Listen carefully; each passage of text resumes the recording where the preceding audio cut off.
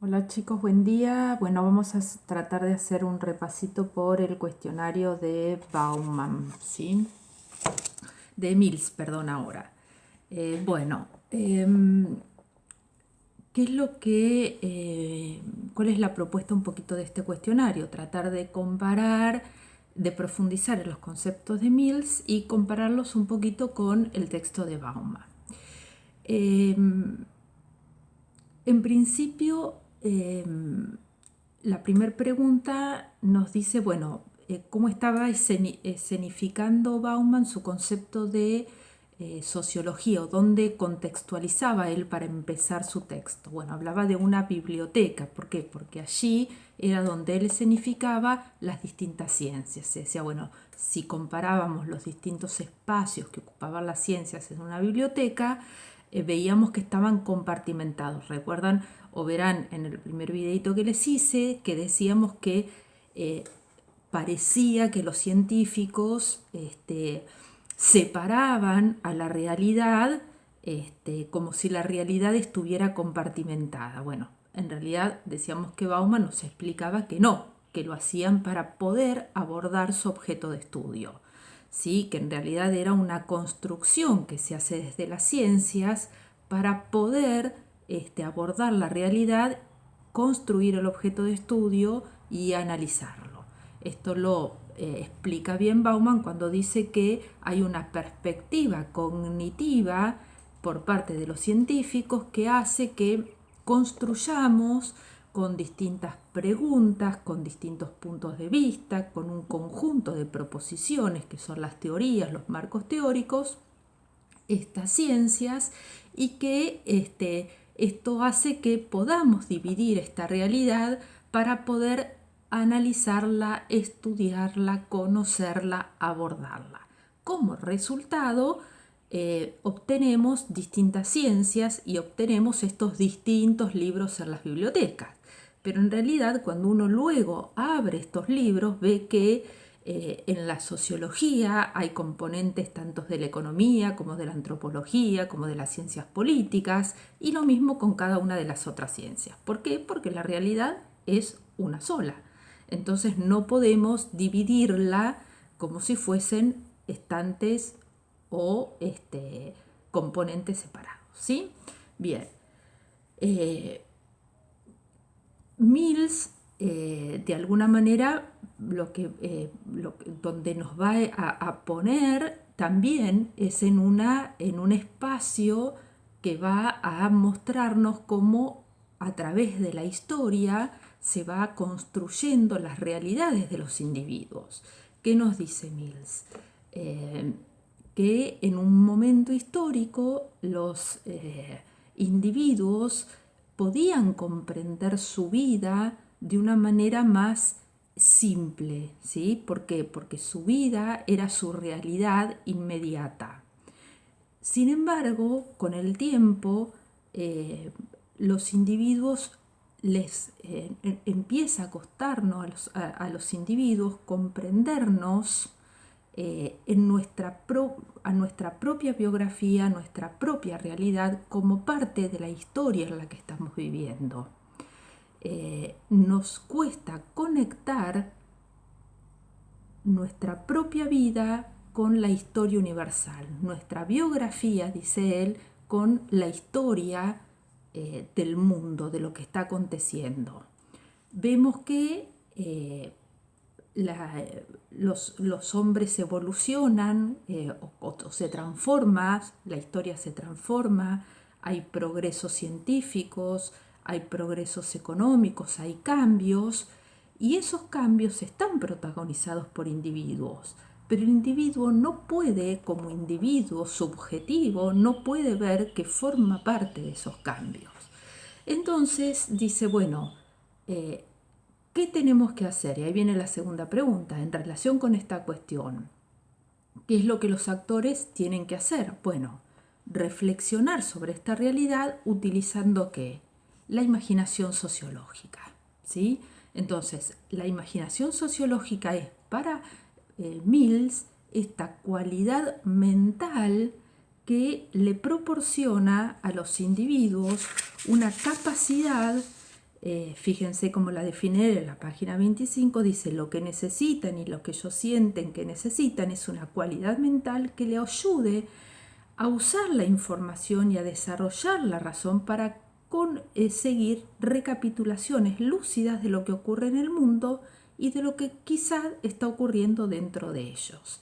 ¿Quiénes tienen que hacerlo? Todos, dicen los periodistas, los sabios, los artistas y el público, científicos y editores. Todos tienen que usar la imaginación sociológica, que es esta cualidad, insisto, mental. Esta les va a dar, dice él, captar, fíjense que dice al final, nos permite captar la historia y la biografía y la relación que hay entre ambas, entre la historia y la biografía, entre ambas dentro de la sociedad. Esa es su tarea y su promesa. Es decir, que podamos comprender nuestro rol como individuos dentro de la sociedad y dentro de la historia. Que podamos comprender que formamos parte de estas sociedades y que tenemos injerencia en lo que acontece dentro de la historia, que no estamos separados de lo que sucede, que lo que pasa en la historia no nos es ajeno. Ustedes fíjense, dentro de muchos años, 10, 15, 20, 30, vamos a pensar en lo que está pasando con la pandemia hoy como un evento histórico.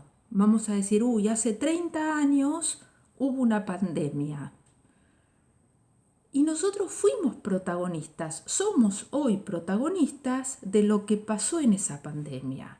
Como nosotros hoy vivamos esa pandemia, actuemos en esta pandemia, opinemos sobre lo que está sucediendo, hagamos o no hagamos, va a formar parte de la historia. Seamos pasivos, seamos activos, estudiemos, demos buenos resultados en nuestros exámenes, pongamos todo de nosotros y digamos, bueno, el sistema educativo en Argentina, pese a la pandemia, fue exitoso o fue malo, va a formar parte de la historia de Argentina y la pandemia. Y eso está escrito por nosotros, no por cualquiera, sino por todos y cada uno de nosotros. Ustedes me van a decir, profe, pero yo no puedo cambiar la historia. Pero en realidad es el conjunto de los individuos y las relaciones que entre los individuos construyamos lo que escribe la historia. ¿Sí? Ustedes piensen que la suma de las voces, los acuerdos dentro de las sociedades son los que van construyendo la historia.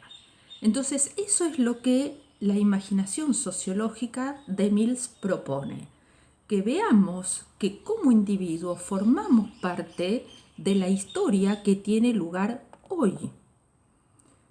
Así como nuestros padres construyeron la historia de su momento, nosotros vamos a construir la historia que tiene hoy lugar y en este momento.